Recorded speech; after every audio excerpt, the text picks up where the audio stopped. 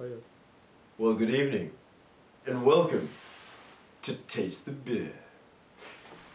This evening we have Brooklyn's own lager. Guys, this is our very first truly international beer. New Zealand doesn't count, they are just another state after all. Let's check out what they have to say about themselves, guys. Pre-prohibition beer, very interesting. I hope it's not too old. 5.2%, hovering around that session range.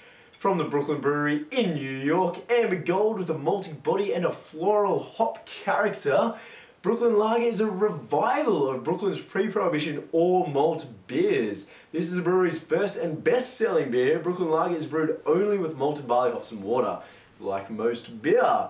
This sounds very good. Let's check it out. Okay.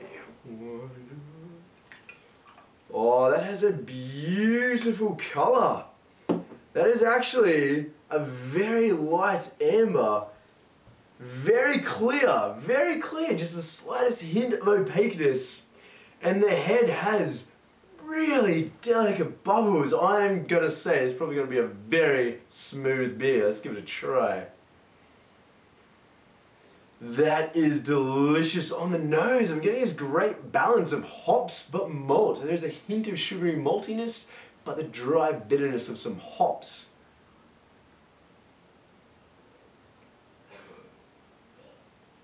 Oh my god, that is delicious, guys. That's like hops met up with his friend Dryness and said, "Hey man, let's go meet up with malt and take a journey down your tongue." That is amazing. For me, that represents a truly balanced beer. We've got this beautiful dryness and this beautiful hint of bitterness that has been complemented so well by that all malt they are talking about. It is a solid malt base that is not overpoweringly sweet, thanks to that dryness and bitterness that just round it out. That is so well balanced. It's going to score so many points for that.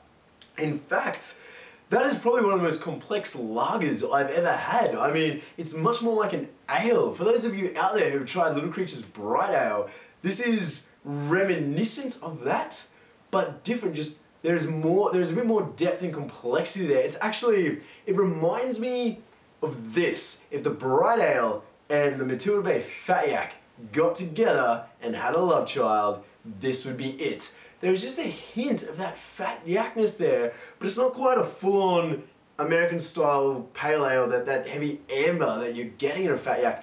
But at the same time, it's not as light as the Bright Ale. It's this beautiful blend. And as I said, I have to reiterate this point because it is so perfectly balanced. I mean, I can enjoy this all day.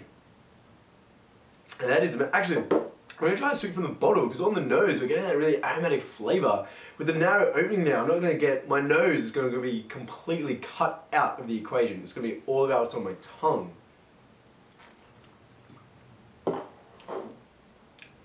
Oh yeah, that is amazing. You could, by the bottle, you could throw that back all day. That is a delicious session beer, but at the same time, sipping it from the glass is so rewarding. You're getting these beautiful aromatic flavors coming at you. I think this is the first time we've seen this blend of a beer that you can sit on all day, but at the same time still appreciate sipping. I mean, this is right up there. Guys, we're going to give this an 89. That's our highest score so far, but that is just, it is amazingly well balanced. Craft enthusiasts out there who enjoy either end of the spectrum will be able to appreciate this because it meets you in the middle. It says, I've got some malt coming in from here, but I'm bringing this bitterness too. Neither is overpowering the other. There is this partnership of flavors there. It is delicious. Guys, an 89 for me, but unfortunately we probably won't be sessioning it anytime soon. It costs a lot to import this from New York. I'm not kidding. $85 a case. Enjoy a couple after work, but until the exchange rate works a little bit more in our favour, I won't be buying a case of this anytime soon. Alright, Matt from Taste the Beer. We'll catch you next time.